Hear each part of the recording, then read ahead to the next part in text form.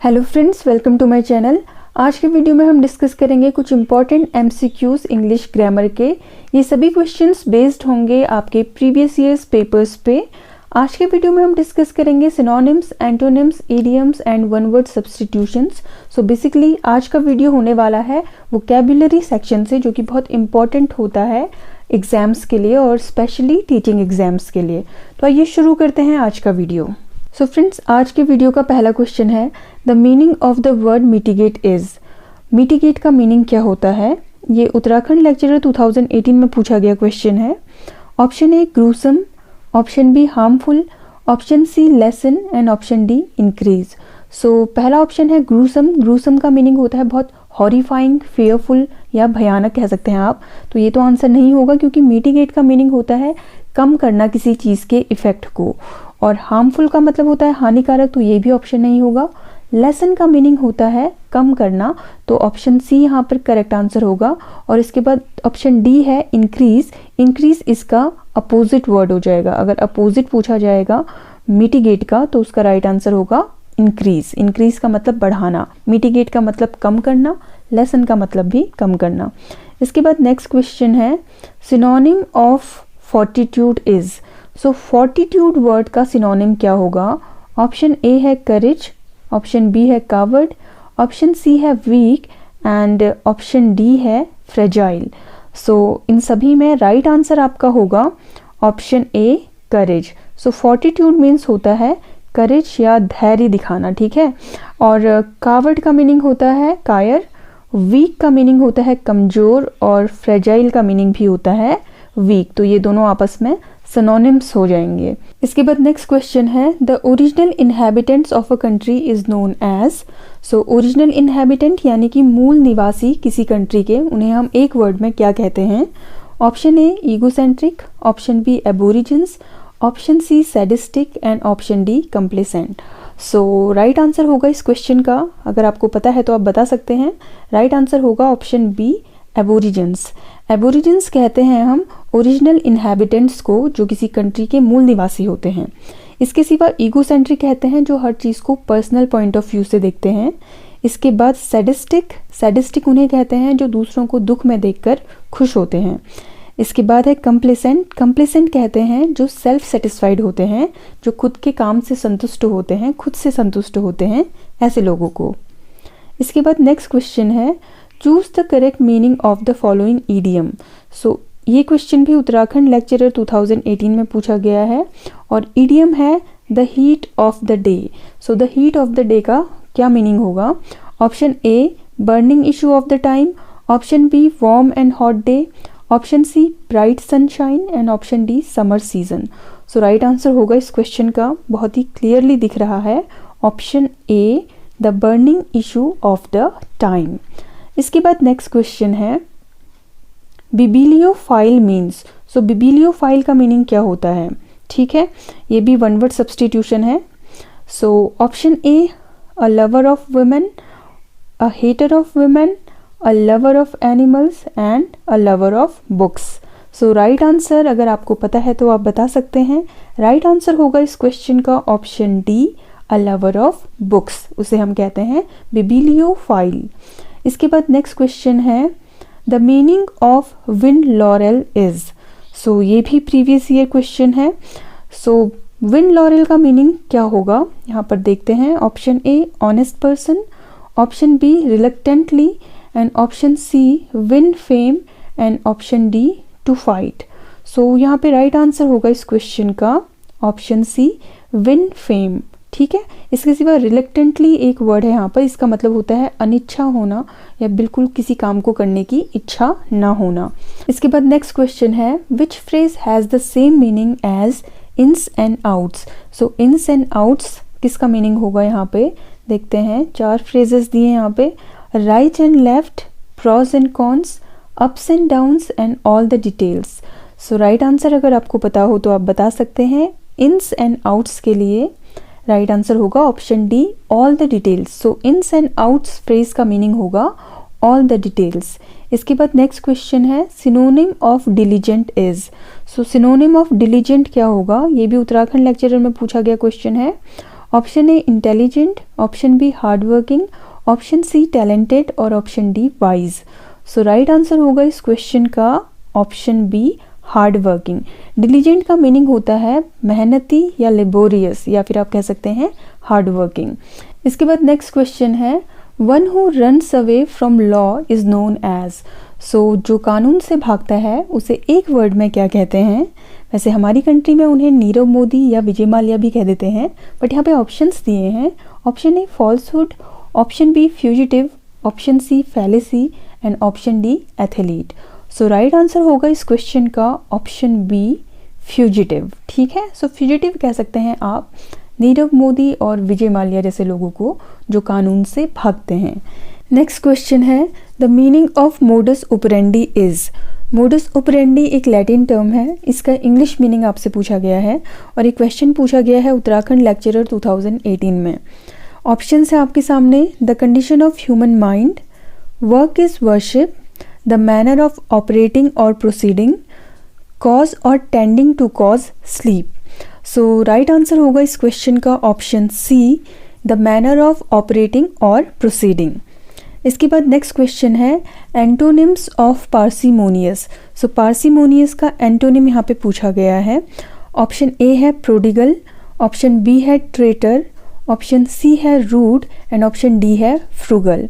सो यहाँ पे प्रोडिगल का मीनिंग होता है ज़्यादा खर्च करने वाला यानी कि एक्स्ट्रावेगेंट। ट्रेटर का मीनिंग होता है गद्दार या देशद्रोही भी कहते हैं हम।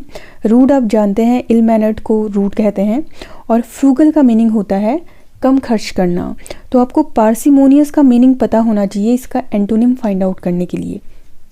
पार्सिमोनियस का भी मीनिंग होता है फ्रूगल यानी कि कम खर्च करने वाला। सो फ्रूगल पार्सिमोनियस का सिनोनिम हो गया, तो प्रोडिगल इसका एंटोनिम हो जाएगा क्योंकि प्रोडिगल का मीनिंग होता है ज़्यादा खर्च करने वाला यानी कि एक्स्ट्रावेगेंट। इसके बाद नेक्स्ट क्वेश्चन है choose the correct word for the expression one who settles in another country. So इसके लिए आपको वन वर्ड ढूंढना है। ये क्वेश्चन भी उत्तराखंड लेक्चरर 2018 में पूछा गया है। ऑप्शंस हैं option A migrant, option B immigrant, option C native and option D parasite. So यहाँ पे राइट आंसर होगा इस क्वेश्चन का ऑप्शन बी इमिग्रेंट। इमिग्रेंट हम उन लोगों को कहते हैं जो एक कंट्री से दूसरी कंट्री में चले जाते हैं और वहीं पर जाकर सेटल हो जाते हैं। और माइग्रेंट हम उन लोगों को कहते हैं जो एक कंट्री से दूसरी कंट्री में काम की वजह से माइग्रेट करते हैं। नेटिव हम कहते हैं किसी कंट्री के ओरिजिनल लोगों को जिन्हें हम एबोरिजिन्स भी कहते हैं। और पैरासाइट हम उन्हें कहते हैं जो दूसरों पर अपने फूड के लिए निर्भर होते हैं, परजीवी भी कहते हैं हम इसे हिंदी में। इसके बाद नेक्स्ट क्वेश्चन है antonyms of fiasco. So fiasco का एंटोनिम पूछा है यहाँ पर। ऑप्शंस हैं success, traitor, rude and failure. So traitor and rude मैंने आपको पहले भी बता दिए हैं। आपको फिएस्को का मीनिंग पता होना चाहिए। फिएस्को का मीनिंग होता है फेलियर। सो इसका एंटोनिम हो जाएगा ऑप्शन ए सक्सेस और इसका सिनोनिम हो जाएगा ऑप्शन डी। इसके बाद नेक्स्ट क्वेश्चन है a messenger sent to teach gospel.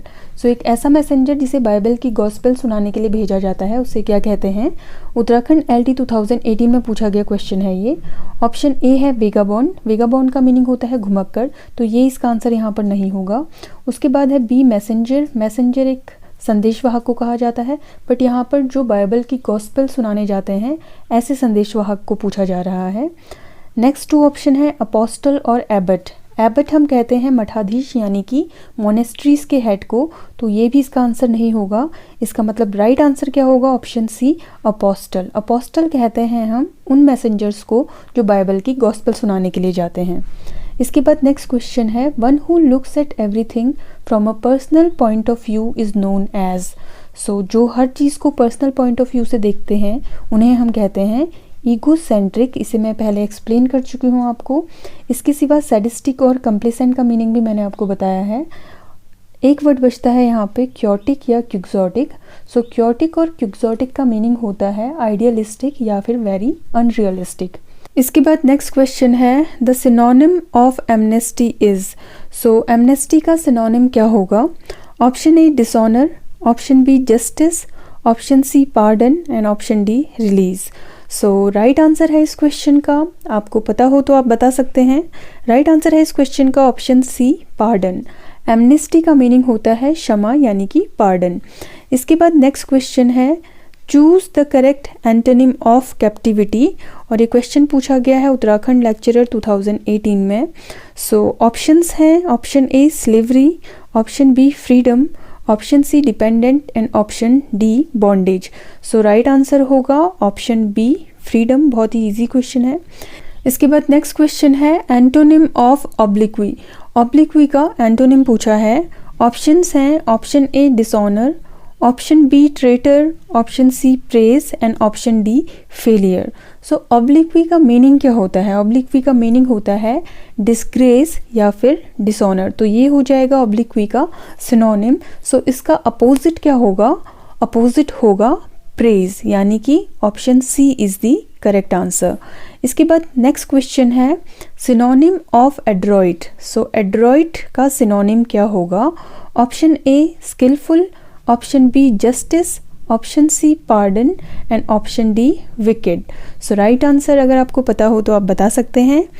Synonym होगा एड्रॉइट का ऑप्शन ए स्किलफुल। एड्रॉइट होना मीन्स बहुत स्किलफुल होना। इसके बाद नेक्स्ट क्वेश्चन है द सिनोनिम ऑफ मैस्कैर इज। मैस्कैर का सिनोनिम क्या होगा? ये उत्तराखंड LT 2011 में पूछा गया क्वेश्चन है। ऑप्शन ए है मर्डर, ऑप्शन बी है असैसिनेट, ऑप्शन सी है स्टैब एंड ऑप्शन डी है स्लॉटर। सो आप देख सकते हैं सभी के सभी ऑप्शंस जो हैं वो मर्डर या किलिंग से ही रिलेटेड हैं, और मैस्कैर का मीनिंग भी होता है मर्डर, बट इसमें बहुत ज़्यादा ब्लड शेड यानी कि खून खराबा इन्वॉल्व होता है। इसलिए यहाँ पर राइट आंसर हो जाएगा ऑप्शन डी स्लॉटर, क्योंकि स्लॉटर भी बहुत ज़्यादा खून खराबे से रिलेटेड है। जैसे कि आप देख सकते हैं हम बूचर्स हाउस को स्लॉटर हाउस भी कहते हैं, क्योंकि वहाँ पर भी बहुत ज़्यादा खून खराबा होता है। इसलिए मैस्कैर का सिनोनिम हो जाएगा स्लॉटर। इसके बाद नेक्स्ट क्वेश्चन है synonym of bellicose is. So bellicose का सिनोनिम क्या होगा यहाँ पर? Option A shine, option B warlike, option C pardon and option D wicked. So bellicose का मीनिंग होता है लड़ाकू या बहुत ज़्यादा अग्रेसिव। सो राइट आंसर यहाँ पर हो जाएगा ऑप्शन बी वॉरलाइक।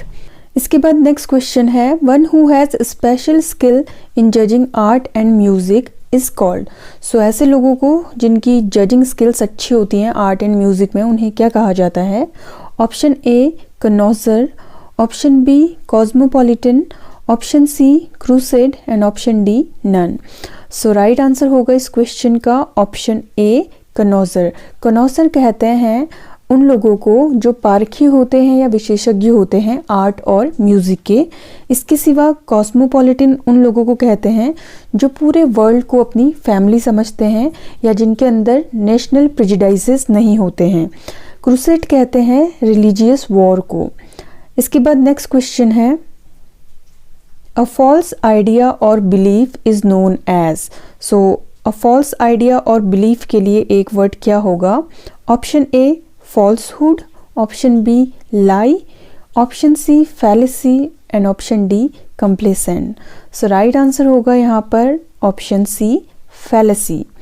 इसके बाद नेक्स्ट क्वेश्चन है which phrase has same meaning as weal and woe. So ये पूछा गया है उत्तराखंड LT 2018 में। व्हील एंड वो का करेक्ट मीनिंग क्या होगा यहाँ पर? Option A right and left, option B pros and cons, option C ups and downs and option D ranks and rain. So right answer होगा इस क्वेश्चन का option C ups and downs. So ups and downs होता है wheel and वो का मतलब, and pros and cons का मतलब होता है गुड और बैड साइड्स ऑफ समथिंग। इसके बाद नेक्स्ट क्वेश्चन है choose the correct word for a blue book. So a blue book एक फ्रेज है, इसके लिए आपको करेक्ट ऑप्शन चूज करना है। यहाँ पे वर्ड लिखा है, ऑप्शन होना चाहिए। Option A a government report, option B Bible, option C a book of fable, option D scripture. So right answer होगा इसका, आप बता सकते हैं। राइट आंसर होगा इस फ्रेज का option A a government report को कहते हैं अ ब्लू बुक, और अगर ब्लू ब्लड की बात की जाए तो वो हम कहते हैं एरिस्टोक्रेटिक्स के लिए। इसके बाद नेक्स्ट क्वेश्चन है choose the correct word for an honest buy. So ये भी यहाँ पर ईडियम है, इसके लिए राइट ऑप्शन बताएं। Option A honestly earn income, option B honest work, option C selfless devotion and option D none. अगर आपको पता हो आंसर तो आप भी बता सकते हैं। सो राइट आंसर है option A honestly earn income. इसके बाद नेक्स्ट क्वेश्चन है choose the correct word for cock and bull story. So ये भी एक ईडियम है, कॉक एंड बुल स्टोरी। इसके लिए करेक्ट आंसर क्या होगा? Option A fables, option B ideal invention, option C makeup story and option D none. So right answer होगा इस क्वेश्चन का ऑप्शन बी एंड सी, यानी कि इस फ्रेज का मीनिंग होता है आइडियल इन्वेंशन और इस फ्रेज का मीनिंग मेकअप स्टोरी भी होता है। सो फ्रेंड्स, आज की वीडियो में इतना ही। मिलते हैं नेक्स्ट वीडियो में। Till then stay tuned and thanks for watching.